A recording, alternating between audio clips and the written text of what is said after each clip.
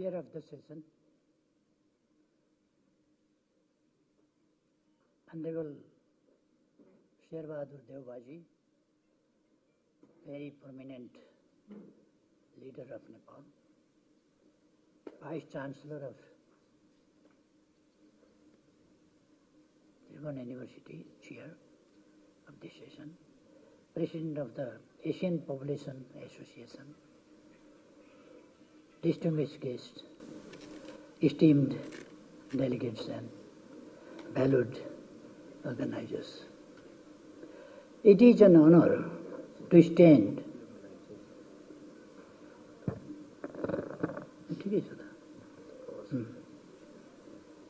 It is an honor to stand before this gathering of exceptional minds, united by a shared commitment to exploring population and development issues. I extend my heartfelt gratitude to the organizers for convening this conference, which promises to be an extraordinary exchange of ideas. To our international guests, I warmly welcome you to Kathmandu Valley, a place rich in heritage and blessed with pleasant weather. May your stay here be both fruitful and memorable. We meet at a critical juncture in human history, a time that calls for decisive action to build global peace and prosperity. Our collective responsibility is clear. No individual anywhere in the world should suffer the indignity of lacking food, shelter, or basic necessities. 8 million do. Addressing this requires robust investment in agriculture production and sustainable resource management. Today, our planet is home to 8 billion people. The global fertility rate stands at 2.2, and 10% of the population is aged 65 or older. In some regions, such as East Asia, Europe, and Northern America, this figure extends 20%. The rise in life expectancy should not be viewed as a fault, but celebrated as a remarkable achievement, an outcome of policies aimed at ensuring healthier, longer lives. Therefore, in my opinion, aging individuals should never be regarded as a burden. Rather, they represent a natural and anticipated consequences of social progress. The global fertility rate is not at an alarming level. However, overly cautious young couples are increasingly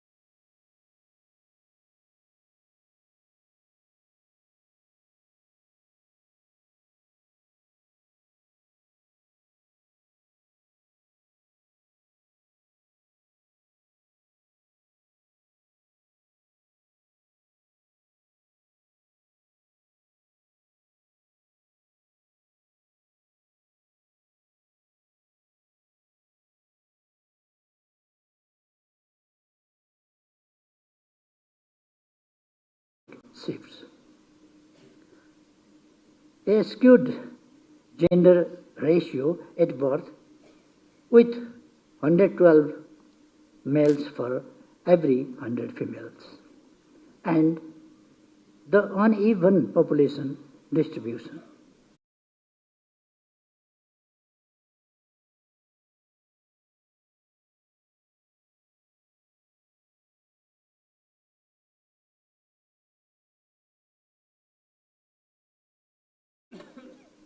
The population density further highlights these disparities, with just 34 people per square kilometer in the mountains compared to 192 in the hills. As a result, the mountains and hills have become a paradise for wildlife, while the plains bear the burden of overpopulation.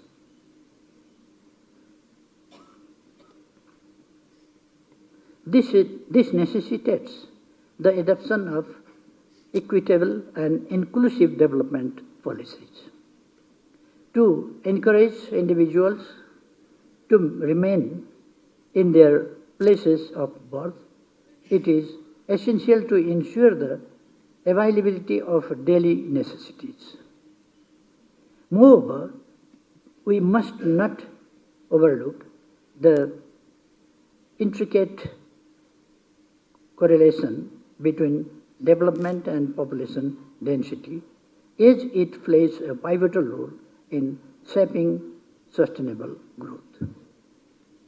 I am confident that this forum will offer valuable insights to help us address the disparities. This conference also makes a significant milestone as we approach the 30th anniversary of the International Conference on Population and Development held in 1994. The principles established at the ICPD, prioritizing human rights, focusing on people, recognizing the links between population and development, addressing gender-based violences, and ensuring access to reproductive health care are as relevant today as ever. They urge us to persist in advocating for sustainable population and development policies that uphold these enduring values. In the wake of the COVID-19 pandemic, the vulnerabilities of our society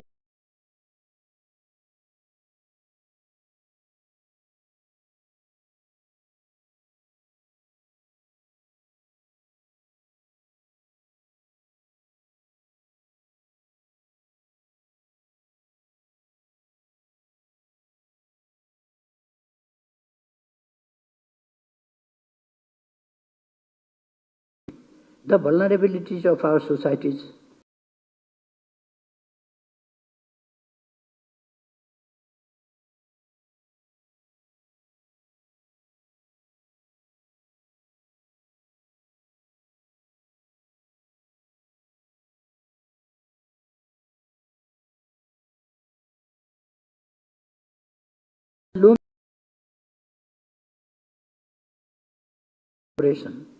to ensure we leave a healthy planet for future generations. Ladies and gentlemen, I firmly believe this conference presents an invaluable platform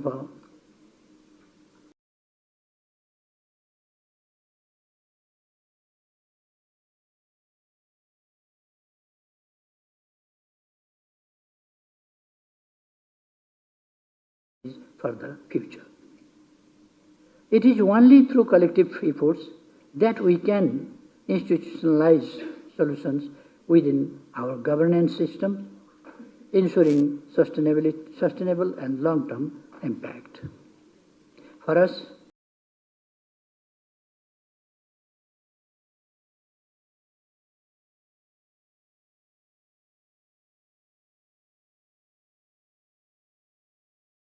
We envision prosperity as inclusive economic growth built on the foundation of equity. This means creating a level playing field for all, ensuring equitable access to quality education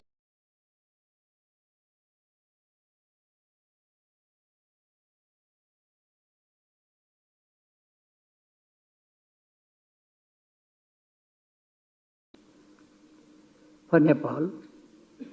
The happiness of our people is the ultimate measure for democratic success. To us, happiness represents human development and well-being rooted in shared prosperity.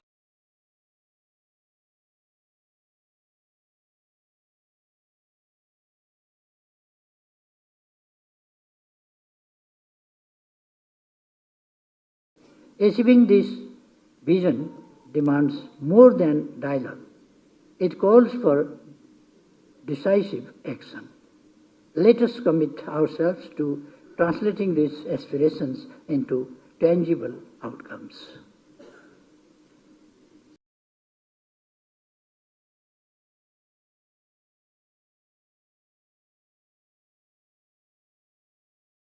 Mount Everest, the birthplace of Buddha, and the sacred home of ancient wisdom, teaches us real resilience, compassion, and unity. Let these values guide our deliberations.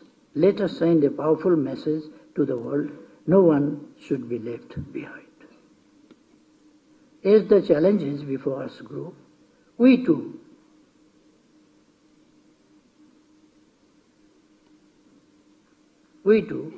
there's the potential for solutions.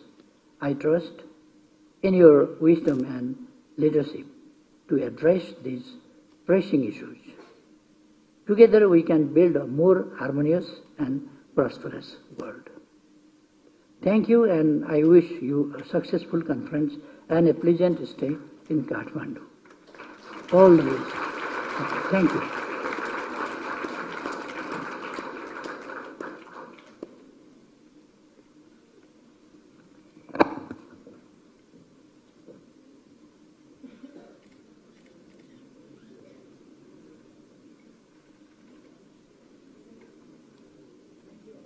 Thank you, Mr. Prime Minister K.P. Sharma Oli, for your insightful speech and valuable time.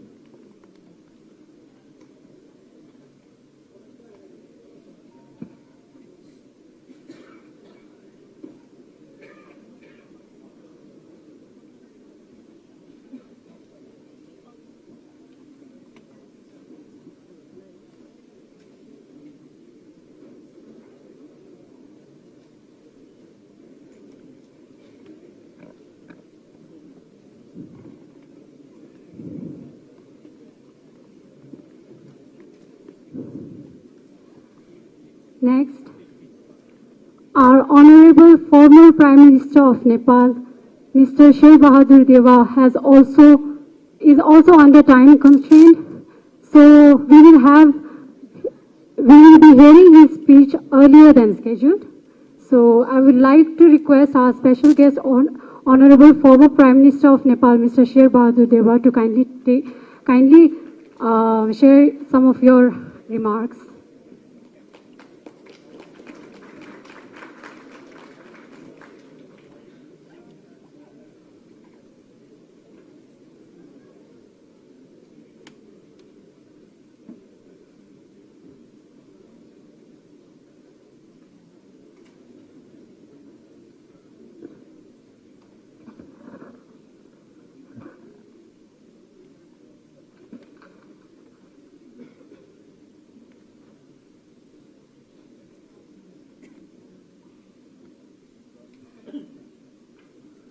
Chair of the session, Vice Chancellor of Tribhuvan University, President of Asian Population Association, international delegates, participants, ladies and gentlemen. I wish to start by thanking organizer for holding this important conference in Kathmandu and for inviting me to address this august gathering. I am pleased to know that the conference is focused on population and development issues, which are vital for all of us.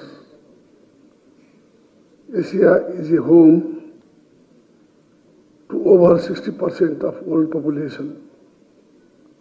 The countries in the region vary in development stages and demographic conditions. Developed part of Asia faces a set demographic issues, while larger portion of the continent, including South Asia, which is just climbing the ladder of development, is striving to manage the different sort of demographic transition. Developing Asia, including Nepal, is a home of majority of youth populations. If managed properly, provided with opportunities, youth can become the transformational demographic assets. If we cannot manage youth and channelize their energy to productivity, innovation and entrepreneurship, pessimism will prevail, the social instability will be in the rise. Similarly, youth will migrate in search of better income, better economic opportunities. As such, Asia today is witnessing several demographic and development issues which we need jointly explore, share and document beneficial policies which will inform academicians, and this is precisely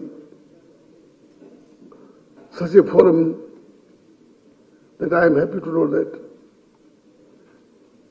in the larger global context, the sheer imbalance is seen today when it comes to population.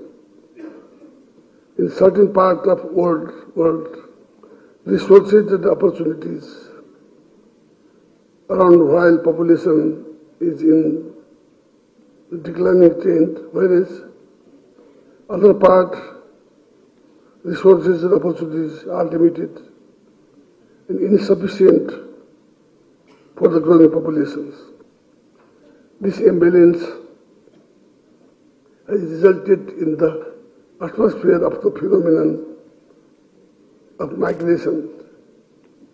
In addition to managing demographic transition, therefore it is also important to manage migration properly and productivity. In the country like Nepal, even though we have met 47% of SDG goal, universal access to safe motherhood and newborn health care, as well as care for children under the age of 15 years still poses a big challenge. All this can lead to less than desired outcomes for our younger population. Social issues such as child marriage still pose a challenge to us, even though we have been able to make large strides in other areas such as nutrition and education, in addition to already existing issues, global warming and climate change poses even more threat to the future. I hope the deliberation of this conference will give us landmark directions in tackling the issue related to overall human well-being and process across many key sectors. I also wish all the international delegates a pleasant stay in Kathmandu. Thank you very much.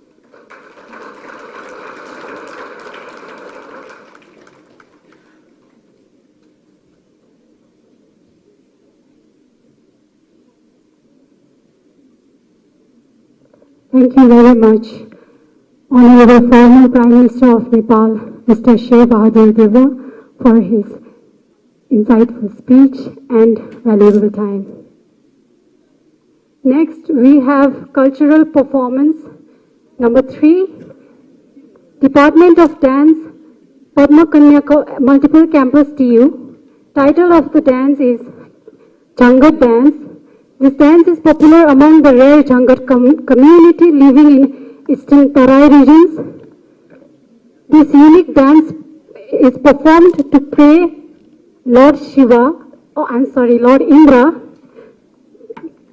for rain to please him. I would like to request our sound system to play the song of Jangat Dance.